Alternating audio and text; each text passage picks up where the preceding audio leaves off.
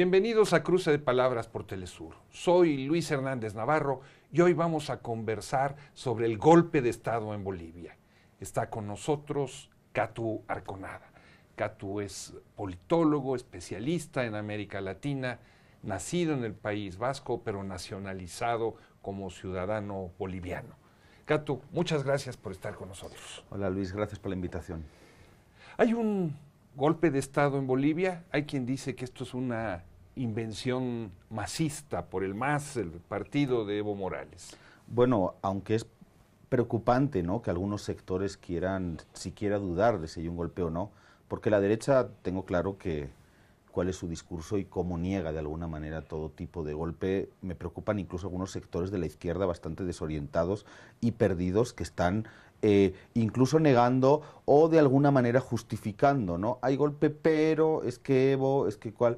Por supuesto que hay golpe, pero además, por desgracia, nos hemos retrotraído a los momentos de un golpe más, claro, más hard por parte de los manuales clásicos del golpe de Estado, ¿no?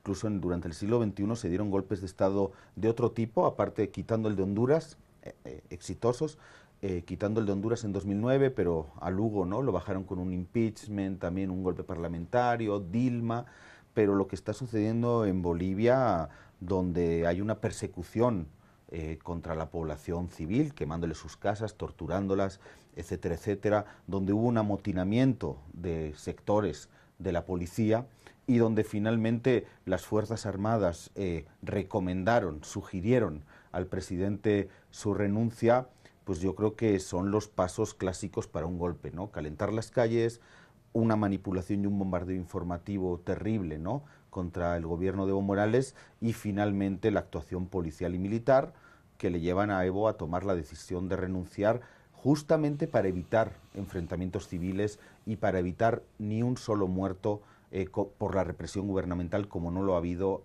durante todo este conflicto, ¿no? Por lo tanto, yo creo que todo esto son indicadores más que suficientes para poder hablar sin duda de que estamos ante un golpe de Estado en pleno desarrollo. Quienes niegan que hubo golpe de Estado señalan que esto es resultado de la decisión de Evo Morales de reelegirse, de forzar al tribunal electoral, de manejar inescrupulosamente las elecciones. ¿Es eso cierto? Mira, yo lo que no voy a caer es justamente en esto que hacen estos sectores que quieren justificar o queriendo sin querer el golpe, justamente a partir de los posibles errores que hubiera cometido el gobierno boliviano o en este caso Evo Morales. En cualquier caso, hay una realidad. La política es correlación de fuerzas, siempre que se haga y se ejerza de manera democrática. Un golpe no es democrático. Durante la Asamblea Constituyente, la no reelección nunca estuvo en la Constitución boliviana, pero durante la Asamblea Constituyente el MAS no tenía mayoría cualificada, tenía mayoría pero no cualificada, y tuvo que negociar con la oposición y la oposición metió este candado de una sola reelección. Cuando quisimos cambiar eso de manera absolutamente legal, democrática y constitucional, como marcaba la Constitución, mediante un referéndum, lo que se hizo fue desatar la mayor campaña de guerra sucia y manipulación informativa. Fue el inicio de las fake news en Bolivia con este famoso caso Zapata y el hijo, no hijo, de Evo Morales, ¿no? Bueno, ganaron 51-49 y dijimos, de acuerdo, aceptamos el resultado, pero obviamente este resultado se ha obtenido mediante la manipulación. Y se buscaron otras fórmulas dentro de la Constitución. Y esta fue un recurso al Tribunal Constitucional para que el Tribunal Constitucional leyera la Constitución, leyera los pactos internacionales que la Constitución coloca por encima de la propia Constitución, como el Pacto de San José, y finalmente hubo una decisión del Tribunal Constitucional, absolutamente en el marco de la ley de la Constitución, de plantear que los derechos civiles y políticos de Evo estaban por encima de ese candado que la derecha metió dentro de la Asamblea Constituyente. Por lo tanto, la presentación y la postulación de Evo ha sido absolutamente legal y la victoria también ha sido legal. Yo todavía sigo insistiendo que alguien me muestre una sola prueba de que haya habido fraude. El informe de la OEA que hizo una auditoría del proceso electoral, ¿no dice que hubo fraude? No, no lo dice.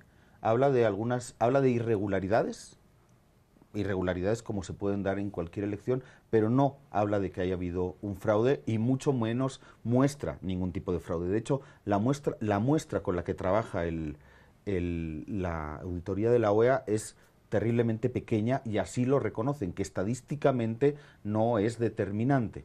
El sistema electoral de Bolivia permite que en todas las mesas se cuenten las actas en presencia de todos los partidos, que eso escale a nivel departamental, ¿no?, a los tribunales electorales departamentales, con presencia de todos los partidos, y si uno cuenta el voto por voto no hay absolutamente ninguna prueba de fraude.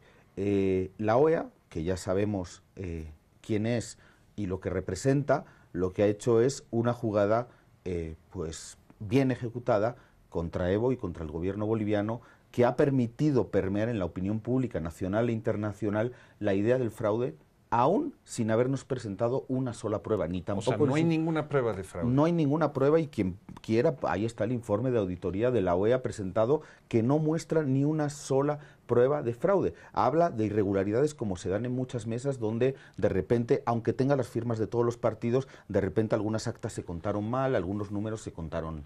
Se acusa al Tribunal Electoral de parcialidad, de estar ligado al partido del gobierno. ¿Es correcta esa acusación? No, no es correcta. La presidenta del Tribunal Supremo Electoral venía de ser alta representante de Naciones Unidas para Derechos de los Pueblos Indígenas. Estaba en la Comisión de Derechos Indígenas de los Pueblos, y es una persona muy reconocida por su trayectoria, que además fue autoridad incluso durante el neoliberalismo. Fue viceministra durante el neoliberalismo. Entonces es una persona con una trayectoria bastante grande, que por cierto ayer fue detenida en un acto absolutamente irregular por la propia policía. Y lo que sí podemos hablar, y sin ninguna duda, y creo que no hay que temer en decirlo, es que hicieron una muy mala gestión de la crisis y de los resultados. La decisión de parar el conteo rápido cuando empezó la carga de actas oficial es legítima, pero fue un error político, porque dio armas a la oposición para poder hablar de que había suspicacia. Y cuando la diferencia entre Evo Morales y Mesa aumenta a más de 10 puntos, con la carga lógica del voto más lejano, que es rural y que favorece en mayor medida, en este caso, a Evo Morales y al MAS y PSP, pues obviamente generó suspicacias esa mala decisión de no mantener los dos conteos en paralelo, aunque uno fuera el rápido y otro fuera el oficial, ¿no? Por supuesto, también creo que una mala gestión de la crisis por parte del gobierno, a nivel político, a nivel comunicativo, pero nada de eso puede justificar las barbaridades y las atrocidades que la derecha fascista, racista, violenta está ejecutando estos días, y que son los que han, junto con el aval de la OEA, las que han permitido que de alguna manera se provoque y se consume este golpe de Estado contra Evo Morales. ¿Cómo explicarse que sectores populares, algunos de ellos simpatizantes de Evo Morales en algún momento, hayan estado en las calles en contra de su presidencia? Bueno, ese es un debate más amplio y que en algún momento tendremos que dar en profundidad, y que apela a estos debates grandes que el propio vicepresidente Álvaro García Linera ya empezó a teorizarlos, sobre esta conformación de estas nuevas capas de clases medias, ¿no? Evo siempre dice clase media, clase a medias, y Álvaro lo teorizó, lo desarrolló más, sobre todo con estas clases medias de origen popular, que se han visto beneficiadas por el proceso de cambio, que han visto cómo sus condiciones materiales se veían ampliamente mejoradas, y que sin embargo tienen un descontento. Yo creo que hay muchos factores. Te puedo decir dos que me parecen fundamentales. El primero es que mientras íbamos sacando de la pobreza a todas estas capas, entre 2 y 3 millones, según Naciones Unidas, en un país que tiene menos de 11 millones de población, mientras íbamos sacando, no politizábamos. Y entonces, ¿quién politizó? Los medios de comunicación. Y los medios de comunicación fueron generando ese descontento en todos estos sectores medios, y especialmente en las clases medias urbanas de origen popular, ¿no? Que es algo muy diferente, por ejemplo, a lo que sucedió en Venezuela, donde sí se produjo una politización más grande, donde sí se construyó poder popular en un sentido amplio, pueblo organizado, conciencia crítica, y que después ha sido la base sobre la que se ha sostenido la resistencia contra el golpe, ¿no? en Venezuela, contra el golpe externo, contra el golpe interno, ¿no? En Bolivia no se construyó todo eso, tuvimos una clase media absolutamente despolitizada, o si queremos, muy politizada por los medios de comunicación, y creo que ese también, como sucedió en otros procesos, en la propia Argentina hace 4 años, pues también de alguna manera se acaba convirtiendo en el verdugo, porque obviamente ampara pues toda la violencia. Pero tampoco no olvidemos que, a pesar de todos el desgaste producido por casi 14 años de gobierno, las clases, las mayorías sociales han apoyado al MAS y PSP y a Evo en un 47%.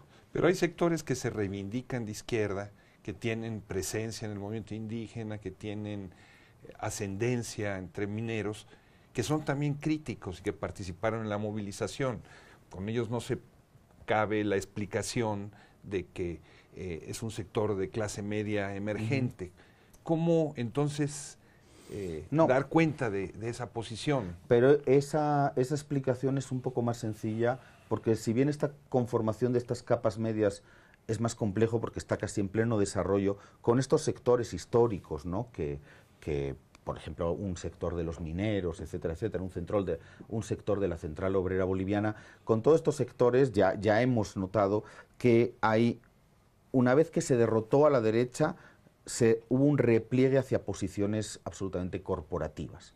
Era lo mío y no me importaba el resto del bien común y del resto de los intereses de las mayorías sociales. Con esos sectores se ha mantenido siempre una relación tensa. Con la propia Central Obrera Boliviana, la COP, las relaciones entre el presidente Evo y la COP han sido tensas, ¿no? Por momentos ha habido un acercamiento, por momentos ha habido un distanciamiento. En estos momentos ellos sienten que van a tener, yo creo que erróneamente, que van a tener más ventajas con el nuevo gobierno que va a llegar, que van a poder presionar y obtener más beneficios para su sector con el nuevo gobierno que con Evo y con el MAS. Yo creo que se equivocan. ¿Te parece si vamos a una pequeña pausa, Catu? Sí.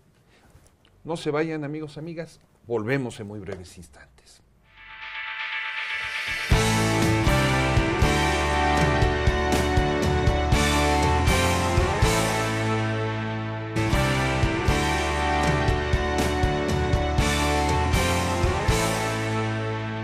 Estamos ya de vuelta en este cruce de palabras, conversando sobre el golpe de Estado en Bolivia con Catu Arconada, politólogo vasco boliviano, coautor del libro Desde Arriba y Desde Abajo sobre los procesos de transformación política en Sudamérica. Catu, tenemos entonces este golpe de Estado. ¿Quién está detrás de él? Bueno, yo creo que hay 2 elementos claves, porque si bien hay una responsabilidad compartida, ¿no?, con otros sectores, como podía ser los medios de comunicación, yo creo que hay 2 actores claves y que los podemos sintetizar en la oposición interna y la oposición externa.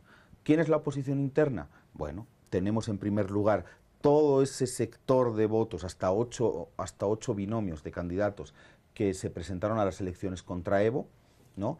Especialmente el señor Carlos Mesa, expresidente de Bolivia, exvicepresidente Gonzalo Sánchez de Losada, el Chi, que representa a todo el sector evangélico, y Óscar Ortiz, que representa a esta derecha cruceña, clásica y tradicional. Que tuvo, ¿no?, 4% de la votación, un poquito más. Tuvo 4%, 8% los evangélicos y 37-38% Carlos Mesa, que sobre todo no fue él, porque no tiene ni siquiera una estructura territorial, sino realmente el voto anti-Evo se acumuló sobre todo en la candidatura de Carlos. Y todos ellos están en el proyecto golpista. Todos ellos, de una manera o de otra, y con sus actitudes, han justificado, cuando no impulsado, el golpe. Tenemos otro personaje que no ha obtenido ningún voto, pero lo veíamos tomando el Palacio Quemado, el antiguo Palacio de Gobierno, de manera simbólica, con una Biblia sobre la bandera patria, ¿no?, sobre la bandera arrodillado, boliviana, arrodillado, rezando, con toda esta simbología también cristiana. un Camacho al que nadie le ha dado ni un solo voto, pero que representa a los sectores más reaccionarios, terriblemente fascistas, los que en el 2007-2008 pateaban a hermanos indígenas, campesinos, los hacían arrodillarse, los escupían, etcétera, etcétera, en las plazas de Sucre o de Cochabamba, y que de alguna manera ha sido quien ha podido canalizar por fuera de los partidos, justamente por los problemas también de entendimiento entre ellos, quien ha podido canalizar y protagonizar el golpe de Estado, ¿no? Tenemos también otros sectores que son importantes, como es la policía. La policía en Bolivia siempre fue golpista. Siempre. Siempre. Eso explicaría, por ejemplo, estas imágenes de los policías quitándose sus insignias y recortando la huicapala de esas insignias. Así es algo terrible, ¿no? Hermanos aymaras, quechuas, morenos, pertenecientes a sectores populares, pero absolutamente desclasados, que se quitaban la huipala, ¿no? Por representar lo indígena. La huipala es la bandera oficial y constitucional de Bolivia, junto con la tricolor republicana, ¿no? Roja, amarilla y verde, que todo el mundo conoce.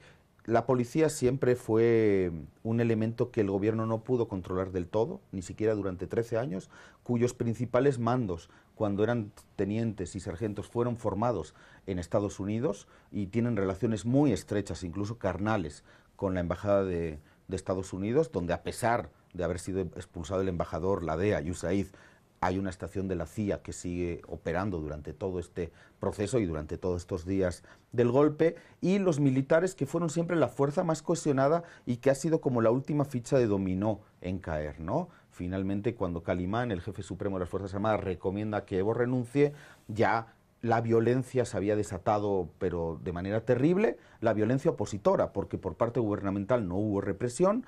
La policía había desaparecido, se había replegado, había dejado las calles libres para cometer cualquier tipo de delito, y las Fuerzas Armadas son la última pieza de dominó que cae, ¿no? Estos vendrían a ser los actores internos, los responsables de este golpe de Estado, pero tenemos los actores externos, ¿no? Y ahí obviamente hay que señalar de manera indefectible a la OEA.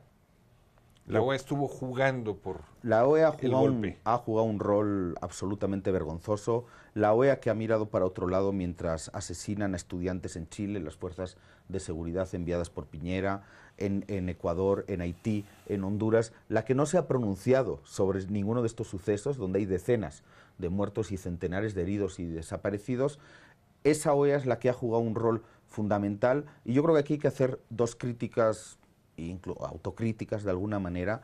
Por un lado, creo que el gobierno boliviano cometió un error, asumiendo como vinculante la auditoría de la OEA, pero también creo que la autocrítica debe ser más general, en el sentido de que, al no tener instituciones de integración regional, como en otros momentos fueron las misiones de UNASUR o de la propia CELAC, pues casi fue el último recurso que quedó para pacificar el país, o para no ir a un enfrentamiento civil. Claramente se equivocaron en confiar en la OEA, que ha pegado una puñalada por la espalda, y la OEA, pues ya sabemos lo que es y a quién sirve, ¿no? Tanto Almagro, repudiado en su país y por su propio partido y el Frente Amplio, como los Estados Unidos y el Departamento de Estado, que siempre han operado por medio de la OEA, ¿no? El antiguo Ministerio de las Colonias que decía el Che Guevara. ¿Quién, el canciller Roa? El canciller Roa. ¿Quién más estaría en ese papel desde afuera? ¿Estados Unidos? Sí, sin ninguna duda. O sea, no hay ninguna duda. Estados Unidos viene haciendo un trabajo grande, ¿no? La propia estación de la CIA en Bolivia, a pesar, como digo, de estar expulsado el embajador, de estar expulsada la DEA y estar expulsado USAID en los primeros años de gobierno de Evo Morales, la estación de la CIA siempre ha operado. Los funcionarios que están ahí bajo otros ropajes, que agregado de cultural, que su vicecónsul, etcétera, siempre han estado operando. Han hecho un trabajo muy grande, por ejemplo, en la zona cocalera de los Yungas. En el Chapare les costaba más entrar porque es la zona de Evo, pero en los Yungas han hecho todo un trabajo de deconstrucción y de destrucción del tejido y de la organización social. Los han comprado directamente. Hemos llegado a tener audios y videos en Bolivia donde se ve cómo compran, un agente de la CIA, cómo compra la información de un dirigente cocalero de ADEP Coca. Y obviamente que están jugando un rol fundamental. De hecho, probablemente quien ha hilado, ¿no?, las diferentes posiciones, intereses, incluso egos, ¿no?, de los dirigentes políticos tradicionales y de Camacho y la policía, incluso el ejército, pues probablemente el único con capacidad, porque no hay un solo dirigente político de talla nacional en Bolivia que pueda hacer eso y que tenga todas esas relaciones. Los únicos que han podido hilar todos ese cúmulo de intereses que desembocan en un golpe de Estado ha sido sin ninguna duda Estados Unidos y el Departamento de Estado. ¿Cómo explicar, Catu, que después de 13 años de gobierno el racismo esté tan presente en la sociedad boliviana? ¿No avanzó la descolonización? Pues es una buena pregunta. Yo creo que nos confiamos mucho, el gobierno boliviano se confió mucho en que la etapa golpista de 2007, 2008, donde atacaban a campesinos, donde se produjo la masacre de Pando, ¿no?, de campesinos a cargo del exgobernador Leopoldo Fernández, y etcétera, ¿no?, tantos actos de racismo y de clasismo, ya cuando atacaban la Asamblea Constituyente, como que se confiaron en que quedaron superados por la nueva Constitución, ¿no?, que establecía derechos, que establecía, que otorgaba el rol de sujeto al movimiento indígena originario campesino. Y es verdad que de alguna manera bajaron los enfrentamientos, bajó la confrontación y pasamos a vivir una etapa de mucha estabilidad política y económica, además convirtiéndose Bolivia en el país que más crecía de Sudamérica, ¿no?, por cuarto año consecutivo, el año pasado a un ritmo de 4.7%, mientras se redistribuía ampliamente la pobreza y se sacaba, según Naciones Unidas, a casi 3 millones de personas de la pobreza, pero yo creo que estos procesos son mucho más largos, profundos y estructurales. Y quizás pensamos que como ya no los veíamos, habían desaparecido, pero estaban ahí, soterrados, estaban latentes. Y en una ocasión así, y además cuando se ve la debilidad del gobierno o del propio presidente Evo, es donde quienes habían estado callados sacan a relucir todo su racismo y por eso han estado pues atacando pues las casas, quemando, torturando sobrinas de ministros para obligarlos a que renuncien. Y obviamente el racismo y el clasismo es una condición estructural de todo lo que está sucediendo en Bolivia también, ¿no? O sea, cualquier operativo que haya impulsado un golpe de Estado se ha montado también, no solo sobre los errores cometidos en estos años, que también, sino también sobre este racismo y clasismo estructural que todavía permanece en Bolivia, justamente a pesar del proceso de descolonización y a pesar de los avances en el tema educativo. ¿Y cómo explicar que después de 13 años la estructura del gobierno se haya colapsado tan rápidamente? Buena pregunta también. Fíjate, ¿no? Un proceso tan sólido y después de tantos años y que se nos desintegre prácticamente en minutos, horas, días, ¿no? Pues yo creo que justamente haya habido un debate histórico en Bolivia sobre, entre diferentes posiciones, de si era necesario bajar algunas banderas, hacer un poco más light el proceso, hablarle a las clases medias e ir ampliando, y otras posiciones entre quienes pensábamos que eso era un error porque esa clase media la teníamos muy difícil de recuperar y que había que volcarse con el núcleo duro y fortalecerse desde ahí, ¿no? Porque es quien nunca te abandona finalmente ese núcleo duro. Yo creo que teníamos un gabinete más débil con sectores también, ¿no?, que le hablaban a la clase media o que pertenecían directamente a la clase media y media alta, y que obviamente cuando las cosas se han puesto difíciles, pues no se han quedado ahí para resistir, ¿no? Yo he visto al presidente, más allá de su núcleo duro y del vicepresidente y del ministro de la presidencia y del propio canciller, yo he visto al presidente muy solo en estos días, ¿no? Y ahí, bueno, pues se nos han generado problemas. Pero cuidado, tampoco nos equivoquemos, el MAS sigue siendo la principal fuerza política y social de Bolivia y yo no tengo ninguna duda de que se va a construir una resistencia y de que se va a volver. ¿Hay espacio entonces para la resistencia? Lo hay, lo hay. Y yo creo que todo pasa por la decisión que pueda tomar el presidente Evo de cuáles son los próximos pasos, ¿no? Finalmente Evo siempre fue el aglutinador, el cohesionador, ¿no?, de todo ese amplio movimiento político y social llamado de una manera amplia, ese conglomerado de movimientos, sindicatos, etcétera, etcétera, y Evo va a seguir siendo el líder, sea presidente o esté en la oposición o en la resistencia, ¿no? Y ahí, por lo tanto, lo que hace falta es esperar también las reflexiones de cuáles deben ser los siguientes pasos que nos haga el presidente Evo. Catu, muchas gracias por tu reflexión, por este cruce de palabras. Y ustedes, amigos, amigas, muchas gracias por su amable compañía el día de hoy. Ya saben, los esperamos la semana que viene aquí por Telesur.